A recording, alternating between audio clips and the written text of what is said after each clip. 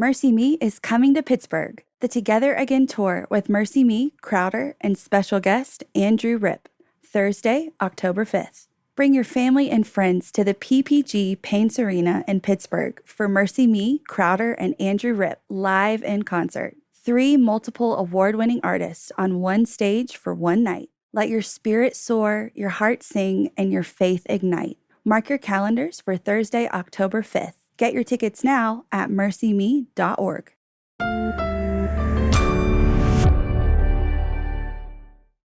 When we're in a day in which we're waking up saying, what's going to happen next? The story of Esther serves a purpose because it reminds us that even in a time of a calamity that's far beyond our capacity to control, God is still working.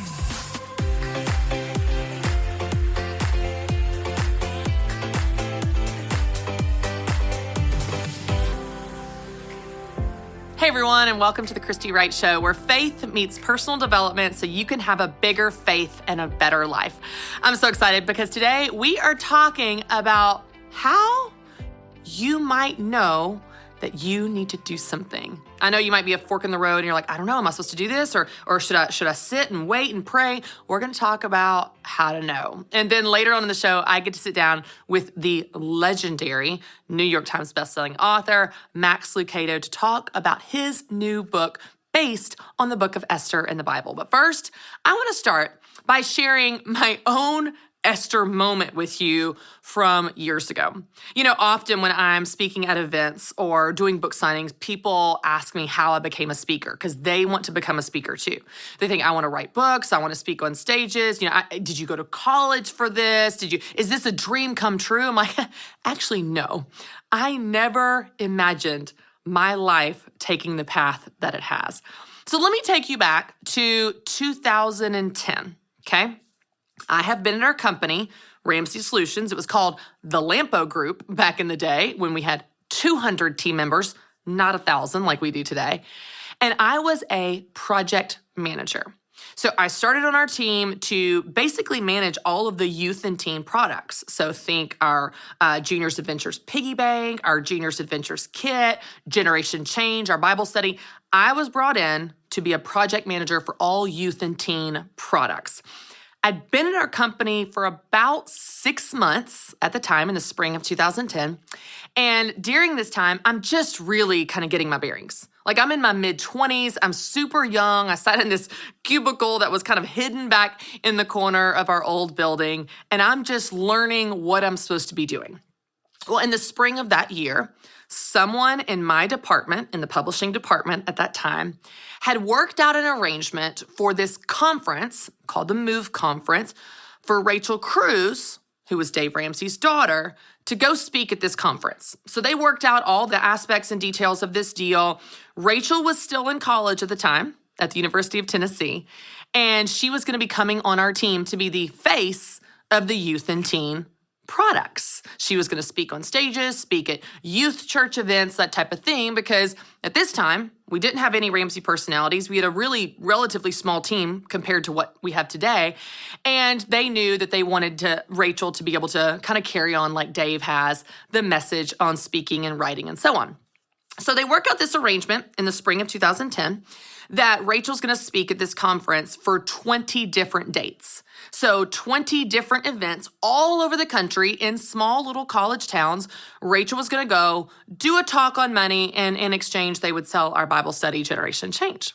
Well, as they work out the details, sometime in the spring of 2010, they hand over this partnership to me. They're like, well, you're the youth project manager. You're over the youth products. This is kind of a youth project. You take it and run with it. So I inherited this, and I now became the liaison between the conference and our company.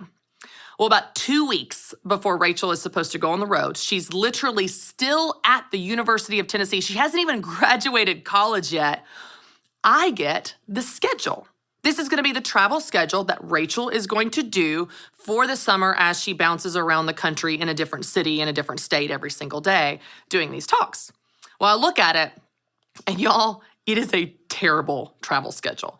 I don't know if they just booked the cheapest flights possible, but there were 2 and 3 connections for every single event. You were going from New York to California to Texas to get back to Tennessee. Like, it made no sense whatsoever. You would have been in an airport 18 hours a day, only to get off your flight, get your luggage, hop in a church van, ride 2 hours to this small campus town to do an hour keynote for 1,000 students, to hop back in the van and go to sleep in a dorm to go to the next city the next day. Like, it wasn't great, okay? Like, it wasn't really what we had signed up for. It wasn't really what we had in mind.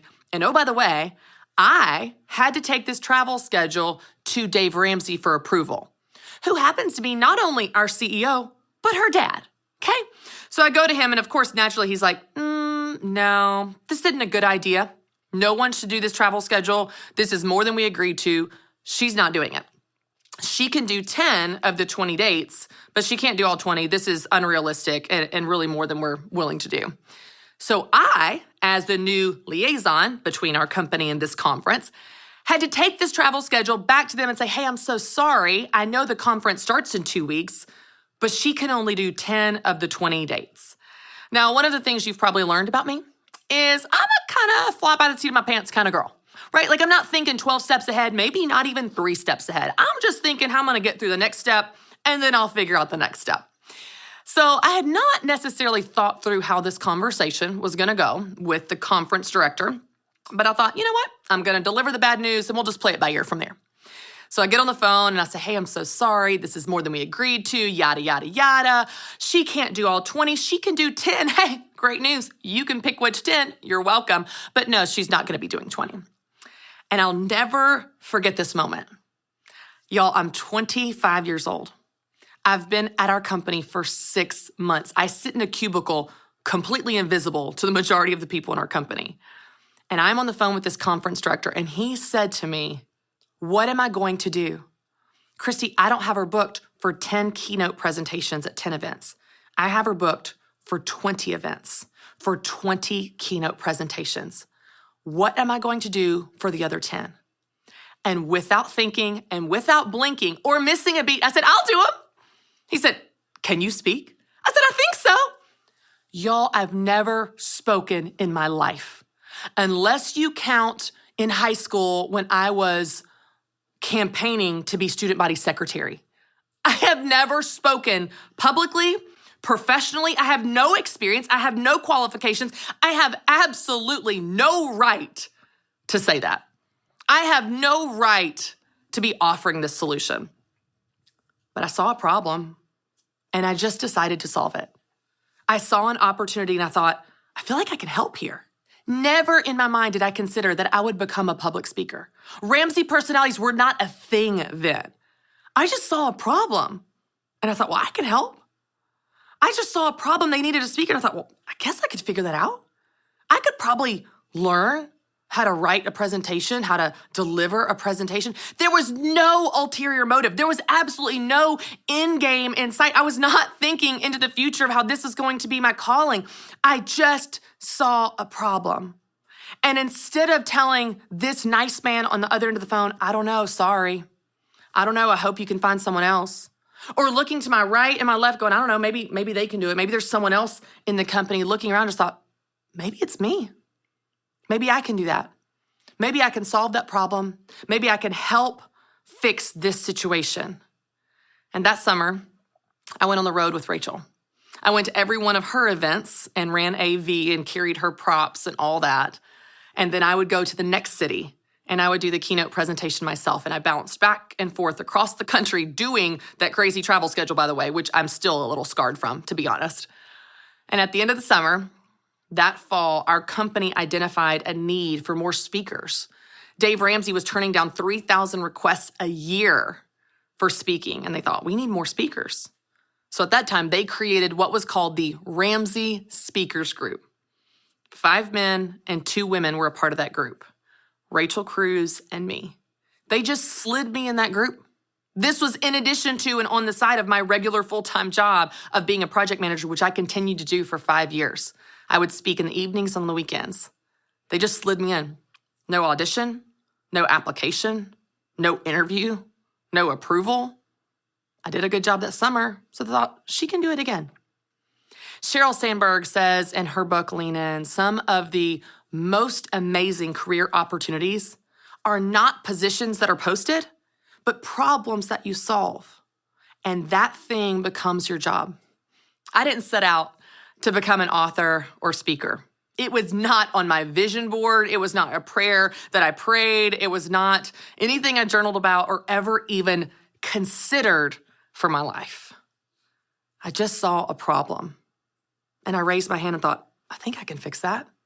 I think I can help there.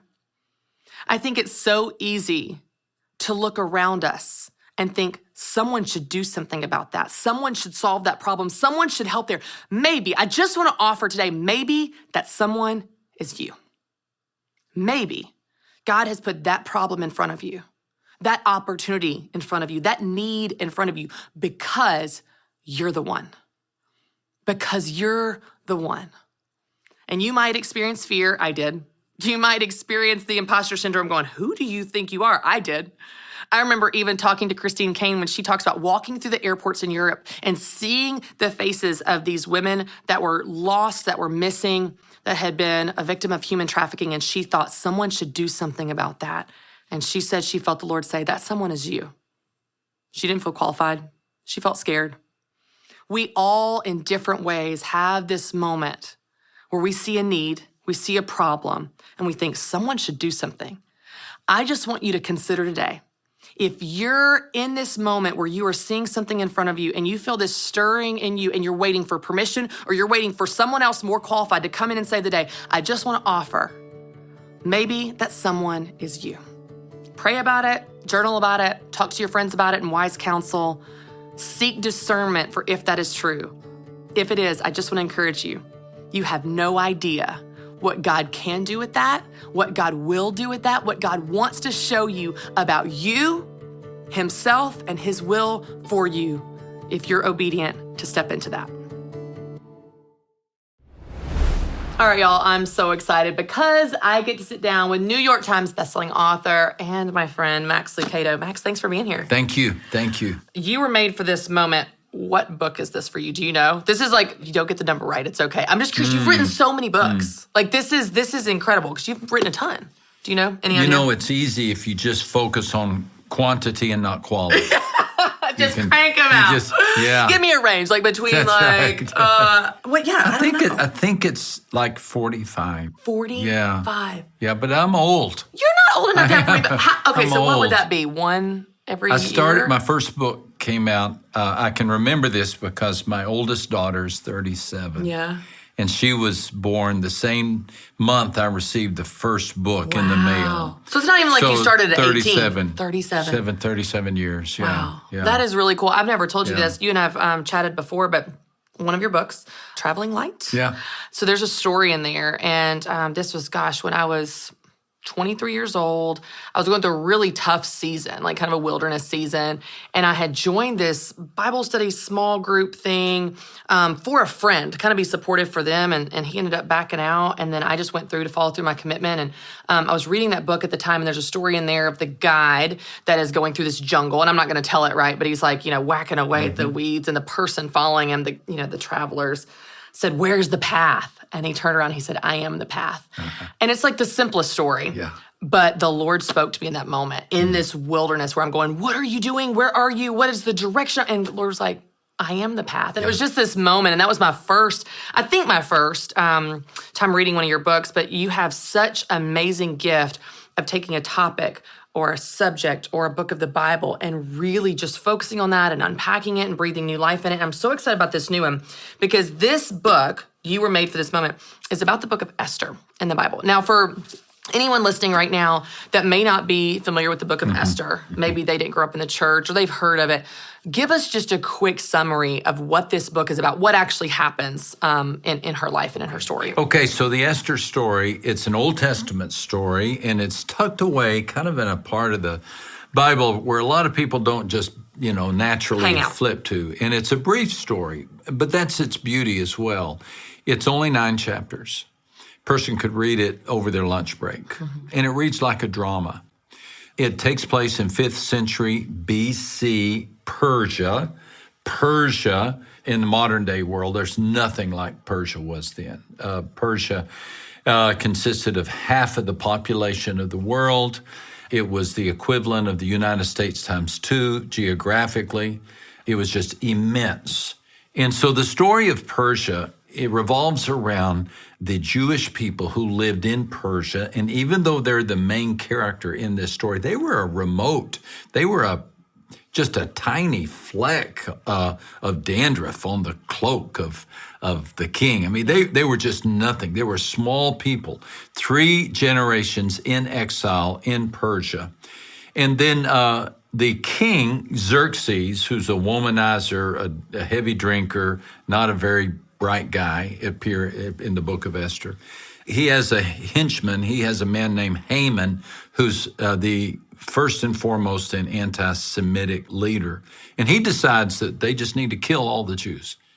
So when we are in a day in which we are facing a global pandemic, when we're in a day in which world can feel so out of control, when we're in a day in which we're waking up saying, what's going to happen next? The story of Esther serves a purpose because it reminds us that even in a time of a calamity that's far beyond our capacity to control, God is still working. Yeah. God is still working. 2 more quick points, and then we'll discuss it. So the other 2 characters, Mordecai, he's in the royal family. He works for the king. Mm-hmm. He has a cousin by the name of Esther who was drop dead gorgeous. I mean, she was a head turner. Yeah. Both were Jewish, and they kept their ancestry a secret. So the story has this intrigue to it, that he could come across so Persian that he could work for the king. She could come across so Persian that she could become the queen, sleep with the king, and never disclose their Jewish identity. Wow. So then there's this Holocaust declared. They're Jewish people. Yeah. How are they going to respond? Yeah. So that's the drama of the moment. And wasn't a crazy story of how she became queen? Didn't the king do this selection of all the women that were, qualified, and Esther, who's not qualified, doesn't have this incredible backstory, family lineage, whatever, and she's the one that's chosen. All the other women are getting their hair, their makeup done, and she's the one that is chosen. I just think it's so incredible to see the impossibilities where, again, things are turned on their head of what you would expect. That's the theme of Esther. And what's actually things happening. Things are turned on their head. Yeah. What you think's going to happen does not happen. Yeah. By the way, this is a story in a day in which we're trying to understand how devastating misogyny can be. King Xerxes was the ultimate misogynist. Yeah. He had a queen by the name of Vashti, and he commanded that she come and dance in front of his drunk buddies. And when she refused to do it, he kicked her out. That's why there was a vacancy. Wow. A vacancy there. And so he said, all right, we'll just have a star search contest, and I'll pick the most beautiful. Yeah. He had this huge harem. I mean, it is the degradation on every page. Yeah. Yeah. But God's working in the midst of it, and he changes the storyline so that the children of Israel end up coming out on top. They end up being rescued. I don't know if I'll give away the punchline in case people haven't read that shit. No, we've got to, because we got to unpack the takeaways, because I love this, because there's the famous line, what if this is the moment for which you were created? There's the famous line in Esther, and I want to get to that. But first, let's talk about the context, because one of the things I've been learning recently is just the context is everything, especially in Scripture. So when you read the part in Esther, for those people, whenever they go read it, about Esther going to the king. In our modern world, that doesn't seem like a big deal. Like you're just going to talk to your husband. Like I would go talk to Matt, like, hey, Matt, what are we going to do this weekend? Sure. At this time, for a queen to go to the king, even though they are married, and not be summoned, where he did not summon her, kind of back to what you're saying with these, she could die. She could lose her head. That's right. She could lose her head. Like the nerve that took, how it was audacious. And putting her life on the line. So when she's having this conversation with Mordecai, where now they're talking about, okay, the Jewish people, like they have this plan to kill our people. They don't know that we're Jewish. Mordecai's like, we got to do something. You, specifically the queen, have got to do something. And she's like, there's this moment of fear and decision, which, gosh, I just love that because I just feel so like, okay, when I'm in that crossroads, when I'm at that fork in the road and I'm scared, I'm feeling like maybe I shouldn't do this, I don't know. That doubt. It's not like people of the Bible, the heroes of the faith, were just fearless. They were just like, oh, I should definitely do it. And they go, and she's got this moment. She had to work it through. And he says the famous line, Mordecai says to her, what if this is the moment for which you were created? Exactly. And I love that you have pulled that into the title of this book. Talk a little bit about that being the crux of the moment, the climax of the story, where the decision is made. Not even that she goes, but where the decision is made to go. Yeah. There were 2 inflection points in the story. You're describing one, and then one prior to that is when Mordecai refused to bow down before Haman. Yes. Yep. Haman, this anti-Semitic bully that was really empowered by the king to do whatever he wanted, he demanded that everybody bow before him. Well, a person can only take so much of that. Yeah. And Mordecai, who had suppressed his Jewish ancestry, he refused to bow. Isn't that what started the whole thing? That's exactly it. Yeah. Exactly it. Of course, then the game is over. And now everybody knows he's Jewish. Yeah. And so he responds by entering into a season of weeping, repentance, wailing. I mean, he's walking up and down the streets of ancient Susa, crying out to God, begging for mercy upon his people. Well, Esther hears what her uncle is doing. She sends a message to him and says, hey, straighten up, put some clothes on. Yeah. We got a good thing going. Yeah. So she's not quite our hero yet. Not yet, yeah. Not yet. And that's when he sends the message to her. Yeah. Do you not know what's happening? Could it not be that you have been placed in your place for such a time as this? In other words, you were made for this moment.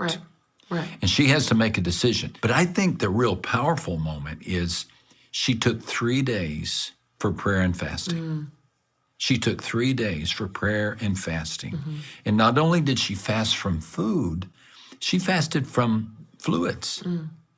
Yeah, that's a pretty serious fast. So this is between when Mordecai said the famous line, perhaps this is a moment, and before she goes to the king. Before she went to him, okay. So I think the principle there is you can stand before any king on earth if you stand before the King of Kings in heaven. Yeah. And that's a message that we need because we struggle in life. Yeah. I would encourage people who find themselves facing this level of struggle, take some time and just talk to God. When you read great stories and you have the hero, or you watch great movies and you see the hero, of course we all want to be the hero, right? We want to be the Esther that's like, yeah, and then I charged into the king and I was like, and this is what we all picture ourselves like that. We want to be that. But the truth is, in the moment when we face that fear and it's completely unknown, sometimes I think it's hard to discern, is God calling me to be bold and brave here? Yeah. Or is this wisdom like, hey, no, you could die. Let's sit this one out. You know what I'm saying? Like that discernment, because we love this story because Esther saved her people. But the story could have been very different. It could have been. If she had done something outside of God's will that was not his, whatever. And you can replace the variables with something else where you're going, okay, there's risk on the line. I think that discernment can be hard where someone maybe right now is listening going, hey, I feel like there's an opportunity in front of me, but there's risk involved. How do I know if it's God's will or not? And I think that's hard. What do you think? It's very hard. It's very hard. I think 2 or 3 things. I think number 1, you surrender. I think what she did there is she surrendered. And she said, Lord, I've got to do something. Yeah. I've got to do the right thing. I've got to take the high road. But this could cost me my life. That's why she said, if I perish, I perish. Yeah. There was no guarantee. There was no guarantee for Martin Luther King. You know, when we read his stories, we realize that he was a man who faced fear every day of his life. He was afraid. And had it not been for the call of God on his life, he wouldn't have had the courage to take the stand that he took. Yeah. So I think surrender's essential. I think surrounding yourself with a community of people to pray and help you. She signaled to all the Jewish people in Persia, let's pray together. This wasn't a private prayer. It wasn't a solitary prayer. So I think the reason God created text messages Yeah. is that we can text our Prayer friends, chain. Yeah. say, well, I need help. I need help. Yeah. But then when God speaks, he'll give you the wisdom. That's the second half of this story. Yeah. You know, she did appear before the king, and he did say, hubba, hubba, hubba, because she was so beautiful. He said, what do you want? I'll give it to you up to half the kingdom.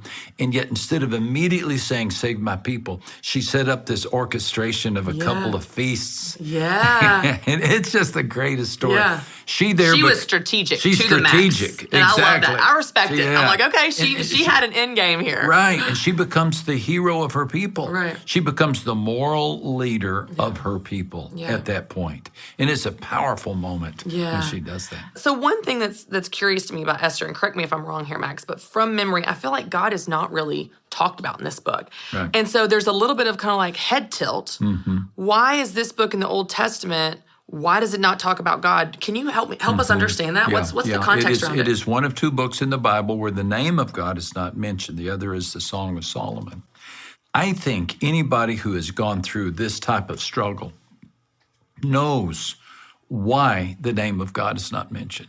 Because when you're going through a time of depression, when you're going through a time of anxiety or fear, isolation, you can't find God. Yeah. You cannot find God. You mentioned earlier the importance of context. Part of understanding Bible is realizing that it was these stories were originally written for a purpose in that generation. Right. They serve our generation as well. Mm-hmm. But this book was written to speak to children of Israel who were scattered around the world, cut off from their homeland. Mm-hmm. They had no temple. Mm-hmm. They had no Torah. Mm-hmm. They had no access to all of the anchor points that they had in their lives. Yeah. So this story says, when you can't see God, we're way out here in Persia, we're 3 generations removed from Jerusalem. Yeah. Or when you can't see God, when you're in a hospital battling COVID, when you can't see God because they're laying people off right and left and you're afraid you're going to lose your job, this book is for you. Yeah. This book teaches what the theologians have this $2 term, quiet providence. The quiet providence. Now, sometimes God is loud in his providence, splits the Red Sea. Yeah. He raises Lazarus from the dead. Yeah. But most of the time, there's this backstage God, this God, we detect his fingerprints. Jesus said the Spirit is the wind. We can't see him, but we know when he's there. Yeah. And he works in this mystery. Yeah. And so we trust him.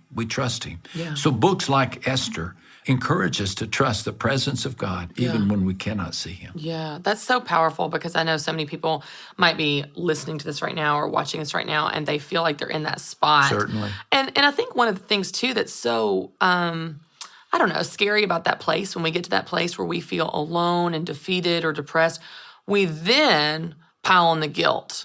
Well, we're not praying. It's like the guilt of like, well, we've somehow distanced ourselves from God. I just love that reminder that he is with you even when it feels like he's silent or absent. The other thing that's so cool about the story of Esther, and we see this in other books in the Bible and other stories in the New Testament as well, but I just love how God will orchestrate your circumstances. We're so scared to do the wrong thing that we don't want to do anything. And it's almost this paralysis analysis. And I just love how there is such yes, we have to take action. Yes, we have to be bold and have courage. And she did, and we have that model. But there's also something where you just watch how God will orchestrate your circumstances that aligns for you to step into the thing that he has for you. It's just the best. This story has so many turnaround moments in it. And you're right, the 2 feasts. I just think this Haman, this bully, he was such a sucker. Yeah. He was, number one, he was a narcissist. I mean, anybody who thinks that they can declare a Holocaust on a world, they're narcissists. Yeah. Their world revolves around themselves, and that's it, period. All because one guy wouldn't bow down to you. Yeah. Right. It just seems like an overreaction. Sick. I don't know. Yeah. It's just sick. Yeah. And so he gets invited to this feast, and he just gets a little peacock feather strut to his walk. Yeah. I'm Mr. Special. Yeah. He has no idea he's being set up. He's being set up. Okay, so there's a parallel story here. I'm not sure if I can condense it all down here in a bite size, but I'm going to do my very, very best. So one night Xerxes could not sleep, right? The king. He couldn't sleep. So he wakes up and he calls for a servant to come in and bring the equivalent of the boardroom minutes and read them to him. How bored do you have to be? Yeah. So this guy just drones on and on and on about, we ordered paper clips, we bought chariots, we did this. Right. And then finally he says, and Mordecai pointed out that the king was about to be assassinated. And that's just a tiny little paragraph early in the book of Esther. And so the king sits up and he says, we never did recognize Mordecai. Remember, Mordecai's Esther's uncle. Right. We never recognized this guy. We need to do it. What do we do for somebody we want to really celebrate? And so he says, bring somebody in. Well, about that time, Haman was walking in to the castle. And he was walking in because he wanted permission to kill Mordecai. Sure. You remember that Right, part? yeah. And so the king has him come in, and Haman says, I want to talk to you about something. The king says, first, I want to ask you a question. What do we do if we want to really honor somebody? Yeah. Yes, the Haman irony. thinks he's talking about him. Sure, yeah. So Haman starts listing, well, we give him a parade. We laid him right on the king's horse. He wears the king's robe. And the king says, okay, do that for Mordecai. Right.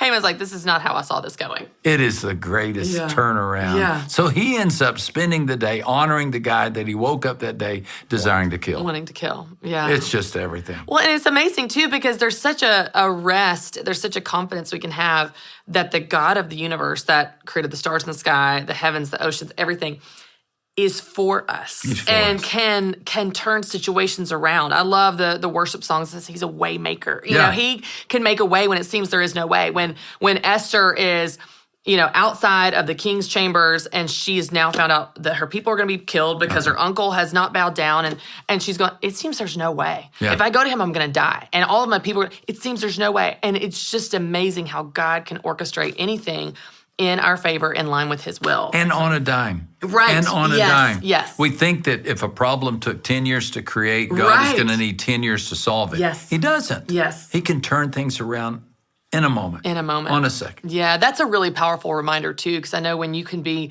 in a hard season, it feels like that season's going to last forever. Yeah. And it took you forever to deal with that situation, that it's going to continue to. Mm-hmm. But I love that reminder. Tomorrow, you could get news. Tomorrow, something could change. Tomorrow, a door could open. He could make a way and knock down that wall. So I love that there's such hope in this book, and it's such a small book, like you said, and maybe an overlooked book. It's a timely story, isn't it? Yeah. I'm hoping to blow the dust off of it. I think it's an understudied book. Yeah. And it's one that carries so much hope, especially for the day we live in. Well, for the day we live in with as a culture, as a world, but I would say as a woman, I think it is so amazing when we get to see these heroes of the faith that are women and how women were honored, women were bold, women were heroes of the faith. It's just such an encouragement for those women that want to follow and how she developed in her faith, right? Because initially she was a secularized Jew. Yeah. She did not let anyone know. Yeah. But at the end, she's the hero That's of the right. Jewish people. That's right. Well, I can't wait to read it, Max. I'm so excited. Thank you for all of your work. Thank you for just pouring into us. Tell people where they can follow you and get a copy of You Were Made for this moment. I know they're going to want to get a copy. Any place books are sold, Amazon, maxlocato.com. All the normal places. Well, you're you're such a light, Max, and you bring us closer to the Lord through your writing. Well, so thanks for being here. It's here. a great honor. Thanks for It's a great teaching us. honor. All right, y'all, I'm so excited because I get to answer your questions and take your calls. And we're going to go ahead and go to Des Moines, Iowa with Tracy. Hey, Tracy, how are you? Hey, good. How are you? Great. What's going on? Hey, I just had a question for you. I've kind of been off and on doing a business. My husband and I have been in it for 4 years. I say business loosely. I'll use that, super, super loosely. So I'm just wondering, how do you move forward with continuing this business when you don't really feel liberty from the Lord? There's always feels like something's in the way, like my husband and I would do these trips, like go to convention or meet with somebody. And it would be when there was tension between us. And we've been married 10 years, 11 years. And it's always is this really what the Lord wants us to do? So I'm just kind of I don't know how to move forward, I guess, or if I should. All right. I have so many follow-ups to this, Tracy. So many follow-ups. Okay. What is your business? So it's an essential oil business, a money marketing thing. Okay. Or multi-level marketing, I guess. How long have you been in it? Well, we've been doing the natural route, if you will, like a good maybe 5 years, like ourselves, right? And you've been consumers, yeah. Yes. And so we've never really, I think in the beginning, we pursued the business side of it, but lately, like we just had a daughter 2 years ago, so we haven't, done anything business side of it. So I would say in that 5 years or 6 or whatever, only, I don't know, a 6-month period, maybe a year, we were really pushed it. And it's just, that's when we're like, something's not right. Why are you doing it? Said to ask questions, and I'm like, well, let me figure it out. Why are you doing it? Honestly, I would do it for the financial side. You want a source of income. Right. Well, so my husband works outside of the home, and it would be something I could do from home. Yeah, originally, there's a lot of things you can do from home. There's a lot of things you can do from home. Why do you want to do this? Why did you get into this? I would say the natural aspect of it. Okay. And I believe that it helped us get pregnant. I'm going to try not to get emotional, but that's okay. We weren't able to have kids, and the Lord blessed us with a daughter 2 years ago. And I believe the natural method had a huge play in it, right? If that makes sense. Yes, it does. Okay. So you love the product. You want the income. It makes sense to sell product for the income. So I get the business why behind it. Let's go back to where you feel like things are always in the way. So I want to dig into that a little bit. And again, I want to be cautious here because this is delicate when you're talking about like what God is leading you to do. I'm not going to be someone, Tracy, that says God is saying yes to this or no to that. I do want to dig into it with you, maybe help you discern that for yourself or set you on the path where you can discern that for yourself. So talk me through these hurdles. Unpack this for me. Is it like an inconvenient coincidence, or is it like a check in your spirit that there is some angst, some tension that you're not doing what is right? Even if you can't explain it, it's totally fine. If you can't explain it in the practical, there have been times, Tracy, where God has convicted me on something that in the practical is not wrong. It's not immoral. I'm not doing it, but there's something God is checking in me and I can't explain it, but it doesn't really matter why. God doesn't have to explain himself to me, apparently. So I want to dig into that. Is it like an inconvenience? You hit a traffic light and it's like, well, that's inconvenient. Or is it like, I've got to check in my spirit that something is off here? Yeah, I think it's the latter because I will liken it. Every time we went out, to talk to people about it, it is very similar to salvation and talking to people about the Lord. And why do I have a problem witnessing to people when I don't have a problem sharing essential oils? Essential oils in the long run are not going to matter in the grand scheme of things. Can I help people, today on earth? Sure. But in my opinion, it's eternity matters. So I felt like I was putting the oils above the Lord, and it's like we can go on these trips, to learn about it, but we can't go out visiting, people that need the Lord. Okay. I don't know if that makes sense or answers your question. It does. I'm not gonna disagree with you on that. I will challenge you that I think that to me, to hear a jump of you talking about a product that has helped you is putting them before the Lord. Like, Tracy, I tell people about dry shampoo all the time, how it just helped me save some time. But I don't think that means I don't love Jesus. I think it just means I'm trying to help them with their greasy hair. Okay? So I want to be careful to make these salvation statements in the practical products we're just trying to share with friends. Right. But let me ask you this. When you're talking to people about essential oils, are you talking to them about the oil itself and how it helped you, or are you recruiting them to be a part of the multi-level marketing downline? Neither's wrong here, but this may point you to what your discomfort is. I would say I don't share as much as I probably should. But, I share what helps, if somebody's having something, and I'm like, you should try this. But a lot of people think you're wacko.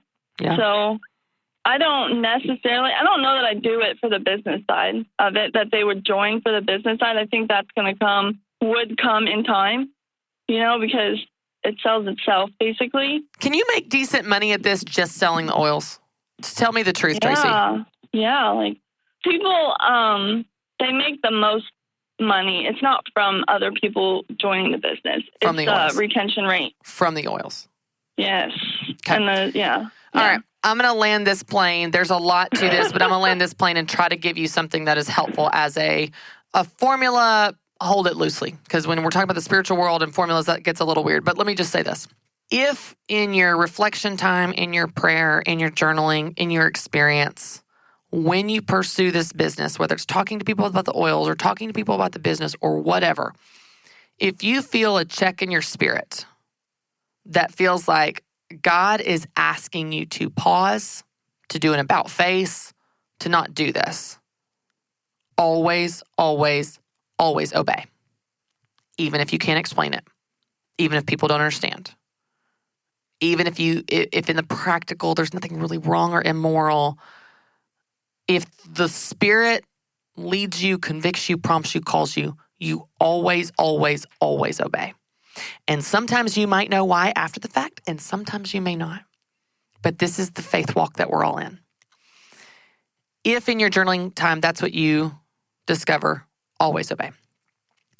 If in your journaling time and your prayer time and your reflection, you find that you're just scared of a business and you're just uncomfortable selling, you're uncomfortable marketing, you would feel weird talking about it if it was hair bows or fitness classes. You're just feeling a little awkward because it feels personal and you're scared of rejection and you're not sure how to market. I just got off stage, Tracy, talking to over 1,000 business leaders on how to market their business. It is very normal to be uncomfortable talking about your business, talking about yourself, your services, what you do. Certainly in your business, Tracy, because multi-level marketing has such a stigma attached to it and essential oils, people look at you like you're crazy. Yeah, that's even harder to talk about. So if you find that it is just a fear of marketing and a skill that you don't have yet, well, I can help you with that. I can help you with marketing. I'll send you a copy of my business boutique book. If you'll stay on the line, our team will get that to you. If it's marketing. If it's not marketing, all the best marketing practices in the world can't help you because God is asking you to do something different. And I'm always going to be a person, while I can't tell you what God is or is not saying to you, what I can tell you is always, always obey. And I have found in my life, and I want to be careful with how I say this, but I have found in my life that obedience precedes the blessing. We don't obey because we're going to be blessed. But typically in Scripture, you see this theme in Scripture. I've experienced this theme in my life that when I obey, maybe not immediately, actually often it's not immediately. Often it gets harder. I obey and it gets harder. I obey and God stretches me further, asks me to take another step of faith, trust Him more, do something even harder. But ultimately at some point, there is blessing that you get to participate in simply because you walk through the door of obedience. I don't know what that is for you, Tracy. That's between you and God and your husband and wise counsel. But I do want to encourage you to try to check that feeling in your spirit. Is it just a fear that you don't know how to market, that Business Boutique can help you with? Or is that the Holy Spirit going, this is not for you? You don't have to know why. You just need to know that it's not. And you can trust that God has something better if that's the case. I just hope that that the Lord speaks to you on this journey, Tracy, and I'll be praying that He does. And if it is just marketing, you're going to have a Business Boutique book in your mailbox that can help you get comfortable with talking about your oils, talking about your business, talking about the natural pathway that made a difference in your life. And I hope that helps you either way. I really pray that God guides you on this journey. Thanks for calling. Thanks for your question. Thanks for your heart behind it. All right, you guys, I love hanging out with you. Thanks for calling in. Thanks for sharing your story, asking your questions. Of course, you can tune in next week for another new episode of The Christy Wright Show. And as always, for more encouragement on becoming the person you want to be, you can visit ChristyWright.com. Mercy Me is coming to Pittsburgh. The Together Again tour with Mercy Me, Crowder, and special guest Andrew Rip. Thursday, October 5th. Bring your family and friends to the PPG Paints Arena in Pittsburgh for Mercy Me, Crowder, and Andrew Rip live in concert. 3 multiple award-winning artists on one stage for one night. Let your spirit soar, your heart sing, and your faith ignite. Mark your calendars for Thursday, October 5th. Get your tickets now at mercyme.org.